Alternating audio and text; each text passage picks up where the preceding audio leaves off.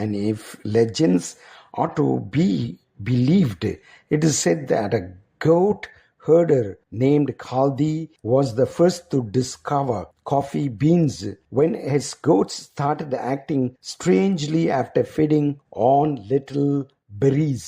This made him curious and he tried the berries for himself, where he too felt the effects owing to the caffeine content. காஃபியின் வரலாறும் வளமும் பல நூற்றாண்டுகளுக்கு முந்தையது. அவற்றில் ஒன்று 9ஆம் நூற்றாண்டில் எத்தியோப்பியாவின் புராணக் கதை.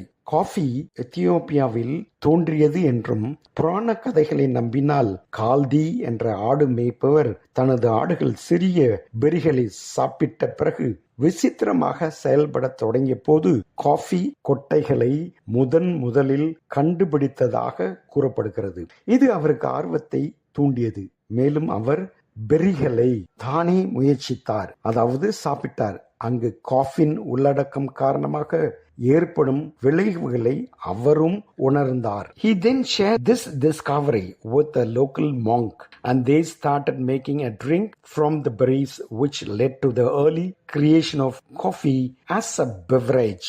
Coffee cultivation and its trade are credited to the Arabian Peninsula, Yemen to be precise, where coffee was being harvested and sold in the port city of Morcha by the 15th century. பின்னர் அவர் அந்த கண்டுபிடிப்பை ஒரு உள்ளூர் துறவியுடன் பகிர்ந்து கொண்டார். மேலும் அவர்கள் பெரிகளிலிருந்து ஒரு பானம் தயாரிக்க தொடங்கினர். இது காஃபியை ஒரு பானமாக ஆரம்பகால உருவாக்கத்திற்கு வழிவகுத்தது. காஃபி சாகுபடி மற்றும் அதன் வர்த்தகம்